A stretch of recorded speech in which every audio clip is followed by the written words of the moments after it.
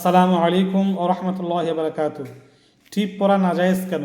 মহিলাদের জন্য, মুসলিম নারীদের জন্য টিপ পরা হারাম বা নাজায়েজ কেন? যে আল্লাহর অবাধ্য কোনো সৃষ্টির আনুগত্য করা জায়েজ নাই। আল্লাহর অবাধ্য হয়ে কোনো সৃষ্টির আনুগত্য করা জায়েজ নাই। স্বামী আদেশ করলে স্ত্রী গুনাহ হয় এমন কোনো জিনিস করা যাবে না। তবে স্বামীকে সন্তুষ্ট করার জন্য ঘরের মধ্যে যদি স্বামীকে দেখানোর জন্য শুধু দুই একবার যদি টিপ পরে ওই রকম গুনাহ হবে না, নচেত মারাত্মক গুনাহ। এর কারণ কি? হিন্দুদের মাঝে রীতি ছিল নারীদের অপহরণ করে বিয়ে করা। হিন্দু দেবতা, স্বয়ং হিন্দু দেবতা কৃষ্ণ অনেক নারীকে অপহরণ করে বিয়ে করেছিল। এমনকি বহুল প্রচলিত কৃষ্ণের প্রেমিকা রাধা ছিল তারই আপন মামার বিবি। কৃষ্ণ তাকে অপহরণ করে বিয়ে করে। বিবাহিত নারীরা অপহরণ থেকে বাঁচতে তারা তাদের সিঁথিতে সিঁদুর দিত।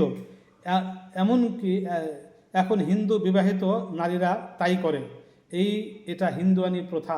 এটা মুসলিমদের জন্য ব্যবহার সম্পূর্ণ নাজায়েজ, সম্পূর্ণ নাজায়েজ। তারপর আবার দেখা যেত যে ওই সময় হিন্দু নারীদের স্বামীরা দ্রুত মারা যেত, তাই নারীরাও যেন স্বামীদের সাথে দ্রুত মারা যায় ওই সময় কেমিক্যাল যুক্ত সিঁদুর মাথায় পরিয়ে দেওয়া হতো। আরেকটি কারণ হলো হজরত ইব্রাহিম আলাইহিস সালামকে চরকে চড়িয়ে শুলে চড়িয়ে যখন আগুনে নিক্ষেপ করা হবে, নিক্ষেপ করতে পারতেছিল না, কারণ রহমতের ফেরেশতারা সেটাকে আটকে ধরে রেখেছিল। ইবলিস তখন বুদ্ধি দেয় যে চরকের নিচে দেশের সুন্দরী সেরা নারীদেরকে এনে উলঙ্গ করে জেনায় লিপ্ত করে দাও, তাহলে ফেরেশতা চলে যাবে, সে পড়ে যাবে। তাই করা হলো। পরবর্তীতে তাদের সম্মান বৃদ্ধি করা, সম্মানিত করার জন্য তাদেরকে যেন কেউ অসম্মান না করে, গালিগালাজ না করে, তাদেরকে কপালে টিপ পরিয়ে দেওয়া হয়।